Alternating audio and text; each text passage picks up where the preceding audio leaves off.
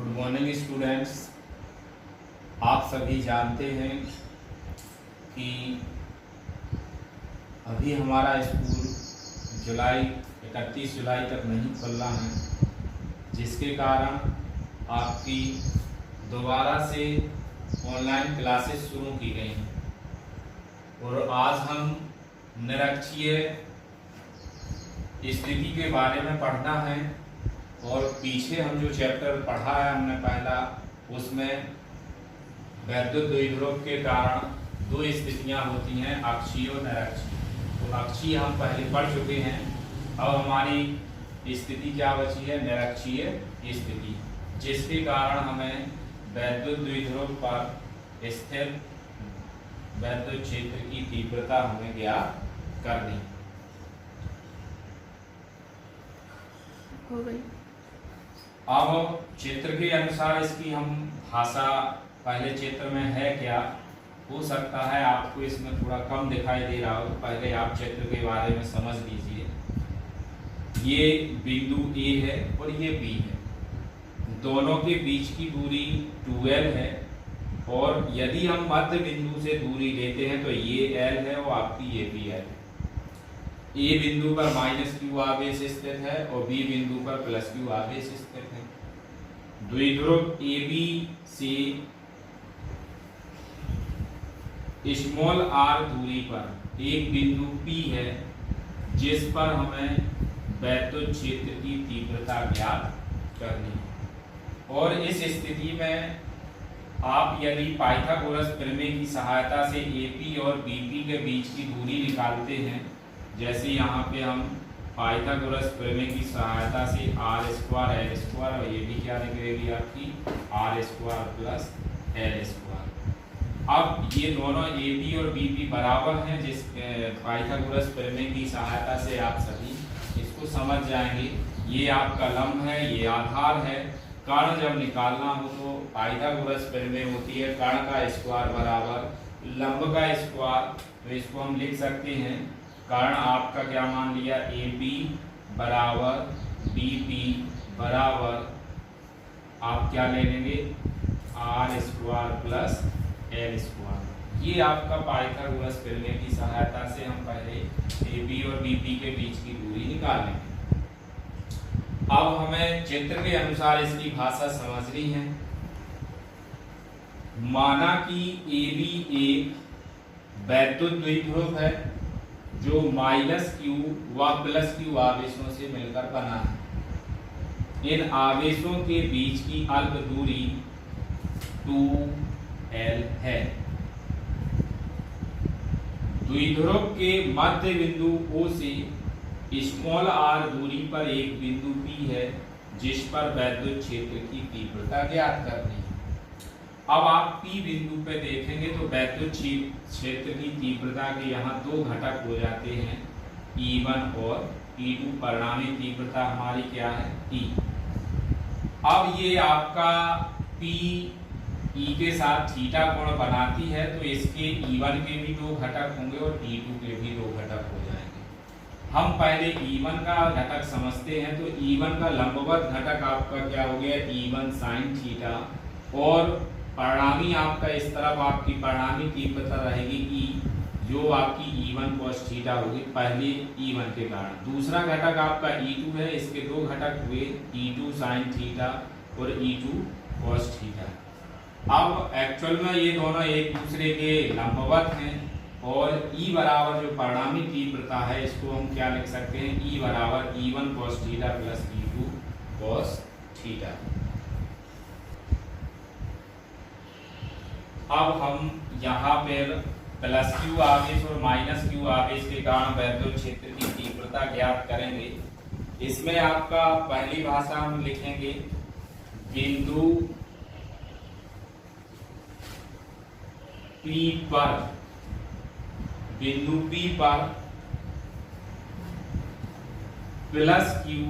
आवेश के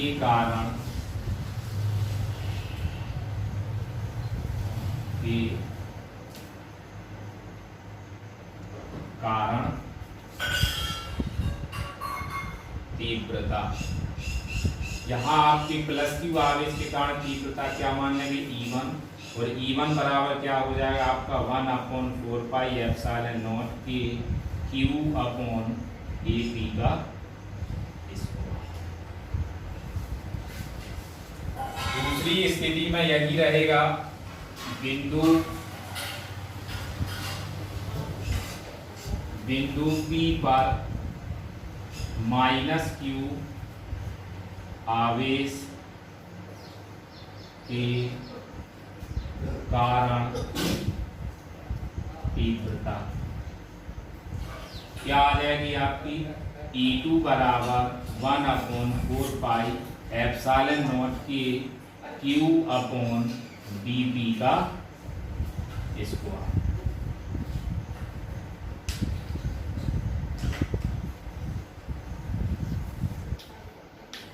अब इन दोनों को हम माइनस समीकरण नंबर 1 और समीकरण नंबर 2 दे देंगे। अब आपके समीकरण 1 व 2 होने के बाद आपको ये बताया जा चुका है कि E1 E के दो वैद्युत क्षेत्र परिणामी तीव्रता के दो घटक E1 और E2 हुए, और E1 के दो घटक हुए E1 sin theta, E1 cos theta. E2 के दो घटक हुए E2 cos थीटा और E1 sin थीटा। अब चूंकि E1 sin थीटा और E2 cos थीटा दोनों परस्पर लंबवत हैं, जिसके कारण ये दोनों आपस में निरस्त हो जाएंगे। अकेला कार्य क्या करेगा, परिणामी वैद्युत क्षेत्र की तीव्रता में E1 cos थीटा और E2 cos थीटा ही अकेले कार्य करेंगे। अतः बिंदु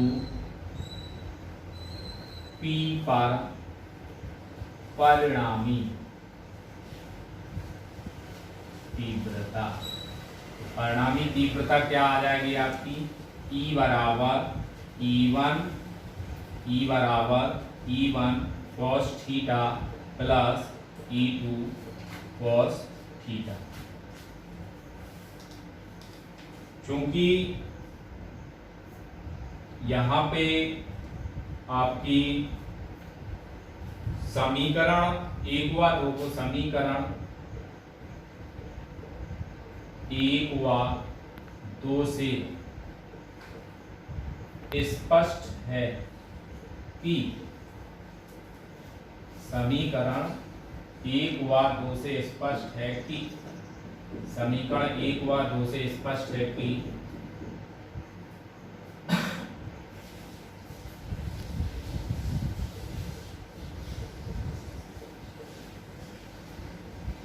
AP बराबर BP बराबर E बराबर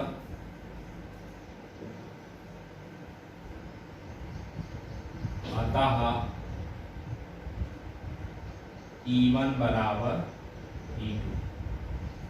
तो आपका ये वैल्यू क्या आ जाएगी, E बराबर E1 cos theta plus E2 की जगह पे क्या आ जाएगा आपका E1 cos थीटा। तो ये क्या प्राप्त हो जाएगा हमें 2E1 cos थीटा। यहाँ पे E की वैल्यू रख देंगे E बराबर 1/4πε0 के Q/AP का स्क्वायर, और 2 आगे लगा देंगे 2Q into cos theta. E बराबर 1/4πε0 के 2Q/AP की वैल्यू क्या है आपकी, AP की वैल्यू या BP की वैल्यू √R² प्लस L² है। चूंकि यहाँ पे आपका पावर 2 लगी है तो यहाँ √ आपका हट जाएगा, तो इसको हम डायरेक्ट लिख सकते हैं R² प्लस L²। और समीकरण नंबर 3 लिख सकते हैं।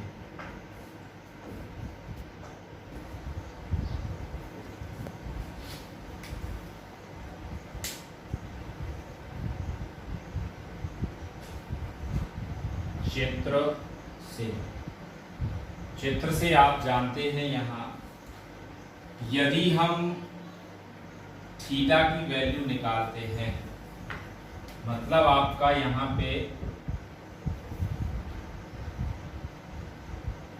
cos थीटा है, और यदि हम cos थीटा बराबर वैल्यू निकालते हैं तो आप लोग जानते हैं कि लंब बटे आधार cos थीटा बराबर क्या होता है, आधार बटे कर्ण।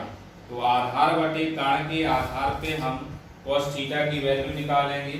तो आधार क्या है आपका L, तो कर्ण क्या है √r² प्लस L²।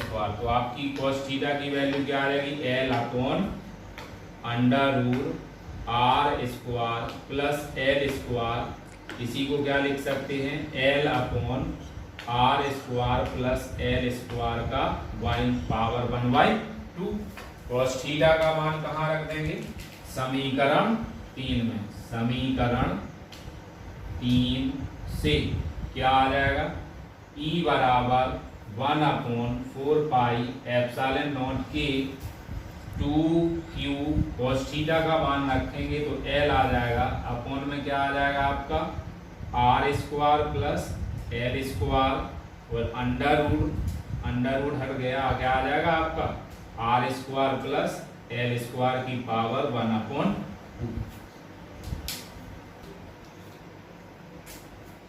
आप जानते हैं P बराबर, चूंकि P बराबर क्या होता है 2ql, तो यहाँ 2ql की जगह पे क्या रख दिया जाएगा P। तो E बराबर 1/4 पाई एप्सिलॉन नॉट के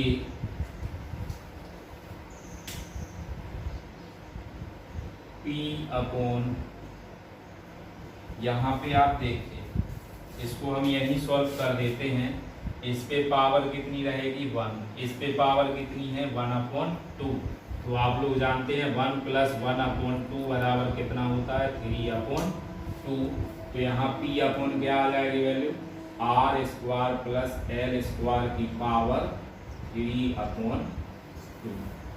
चूंकि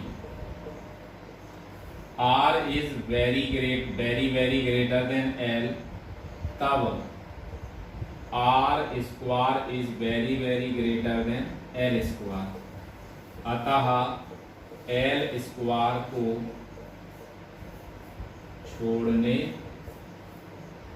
पर, तो E बराबर क्या आ जाएगा 1/4 पाई एप्सिलॉन नॉट के P अपॉन r² की मल्टीपल 3/2। 2 से 2 कैंसिल हो गया, तो E बराबर क्या आ गया आपका 1/4 पाई एप्सिलॉन नॉट के P अपॉन r की पावर 3।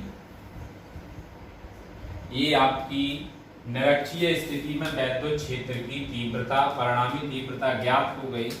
अक्षीय और निरक्षीय स्थिति में इतना अंतर रहता है कि अक्षीय में यहाँ 2p होता है और निरक्षीय में p रहता है।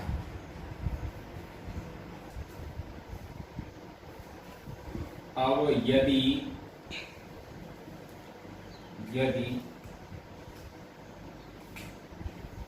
निर्वात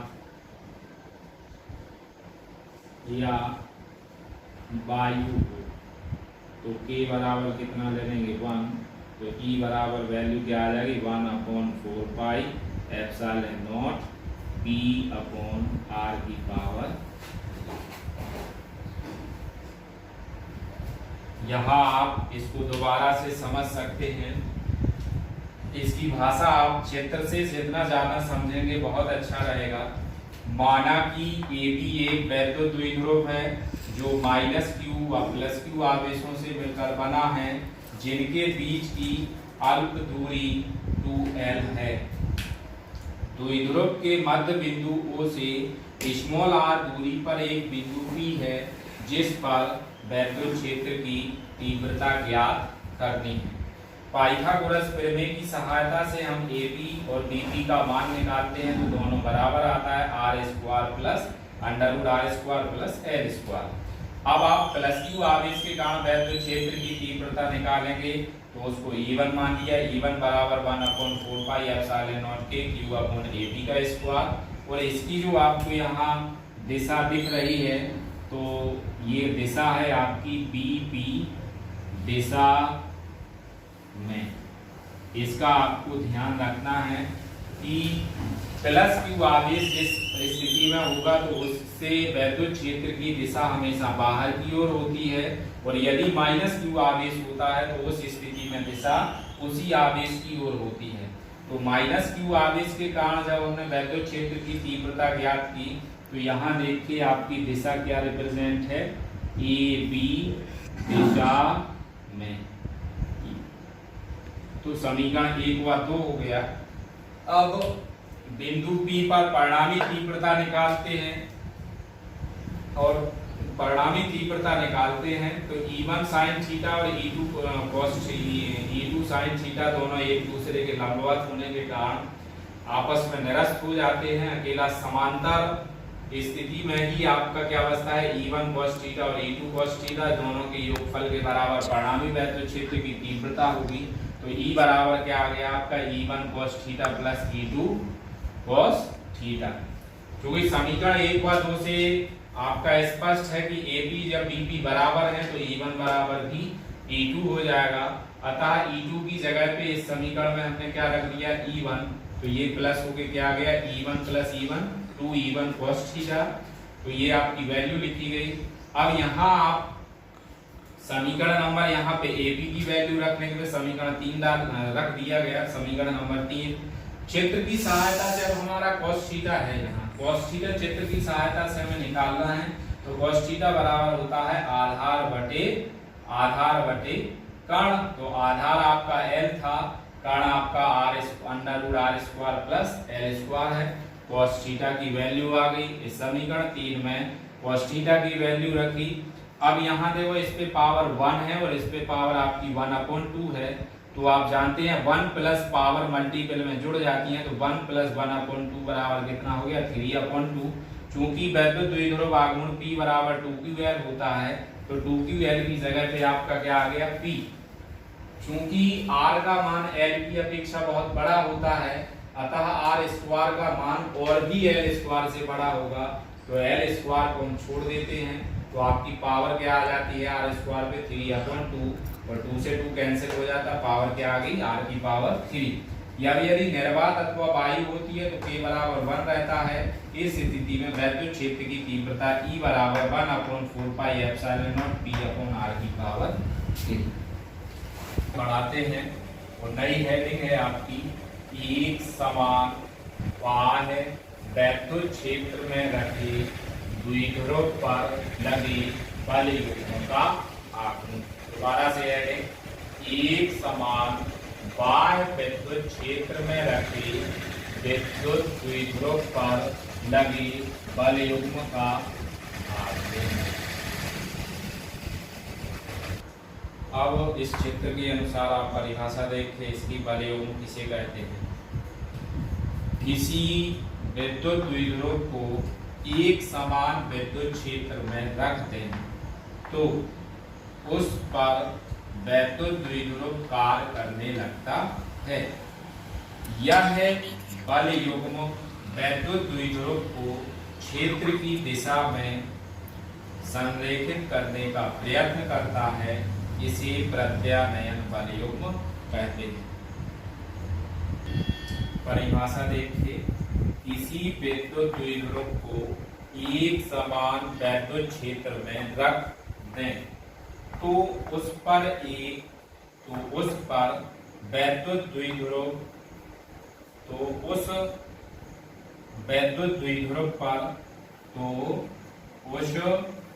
द्विध्रुव पर एक बल युग्म कार्य करने लगता है। यह बल युग्म वैद्युत द्विध्रुव को क्षेत्र की दिशा में संरेखित करने का प्रयत्न करता है।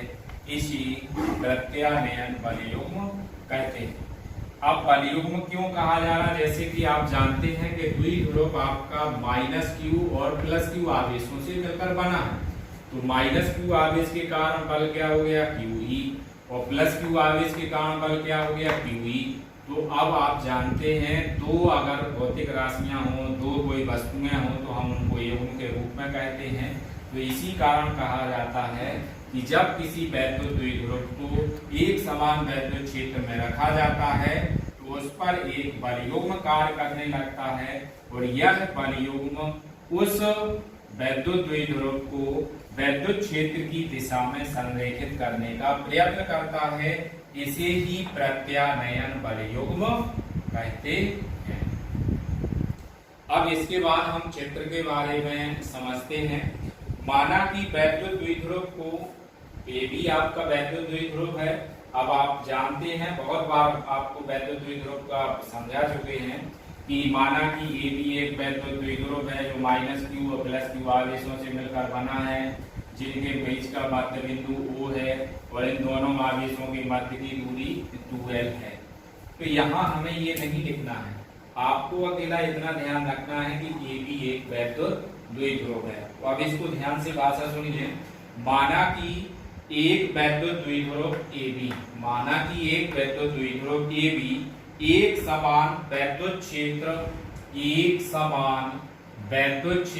E में क्षेत्र से थीटा कोण बनाते हुए रखा गया है। थीटा कोण बनाते हुए रखा गया है। वैद्युत द्विध्रुव के आवेश +q व -q, वैद्युत द्विध्रुव के आवेश +q व -q है तथा इनके बीच की दूरी 2l है, तथा इनके बीच की दूरी 2l है। वैद्युत क्षेत्र E के कारण, वैद्युत क्षेत्र E के कारण, वैद्युत क्षेत्र E के कारण +q आवेश पर बल F बराबर QE कार्य करता है और इसकी विपरीत दिशा में उतना ही आवेश -q के कारण उतना ही बल QE लगता है। ये दोनों बराबर व विपरीत हैं और तथा यह समांतर भी हैं, जो एक बलयुग्म बनाते हैं। वैद्युत द्विध्रुव को घुमाकर वैद्युत क्षेत्र E की दिशा में लाने का प्रयत्न करते हैं। अतः प्रत्यानयन बलयुग्म का आघूर्ण टॉ बराबर, प्रत्यानयन बलयुग्म का आघूर्ण टॉ बराबर एक बल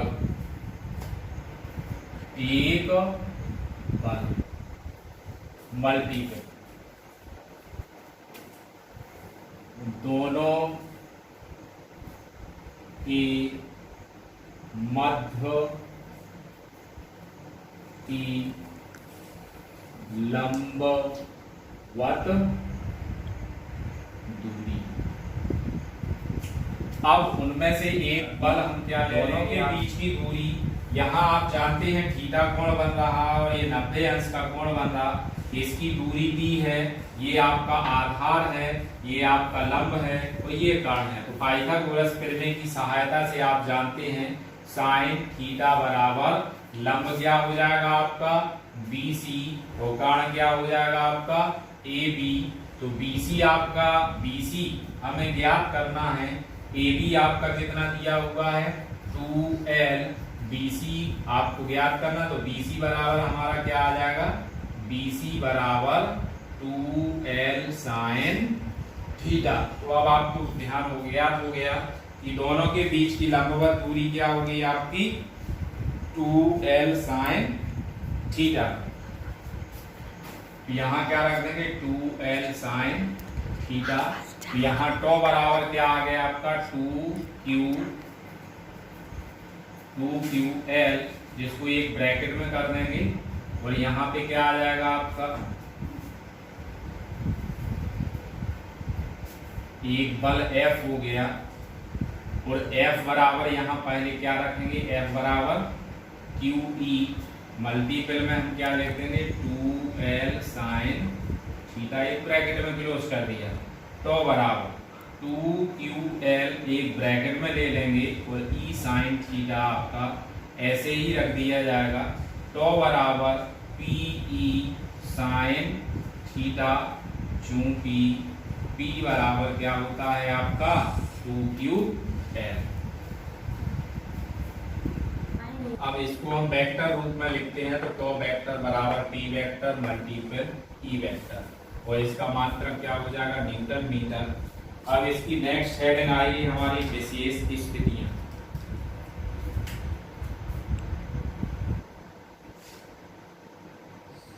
विशेष स्थितियां, इसमें फर्स्ट स्थिति है आपकी, इसको हम बोल करके बता देते हैं तो आप लोग लिख लीजिए।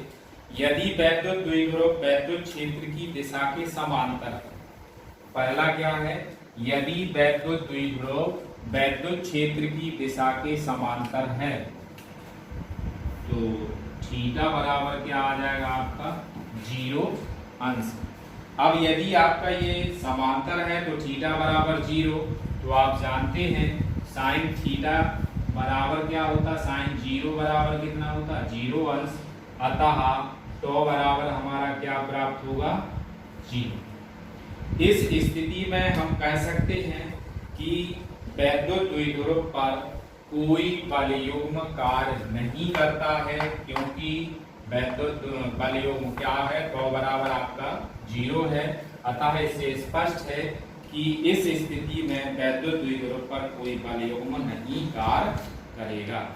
दूसरी स्थिति आपकी रहेगी, यदि वैद्युत द्विध्रुव वैद्युत क्षेत्र की दिशा के लंबवत हो तो थीटा बराबर आपका 90 अंश होगा, और जब थीटा बराबर 90 अंश होता है तो साइन 90 बराबर वैल्यू कितनी होगी, 1, तो टो बराबर क्या आ जाएगा, PE। तो यहां हम P बराबर क्या ज्ञात कर सकते हैं, टो अपॉन E।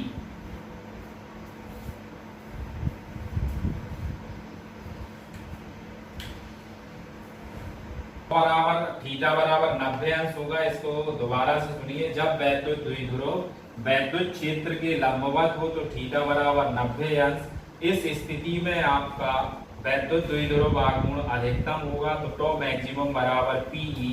तो P बराबर क्या आ गया, टो मैक्सिमम अपॉन E।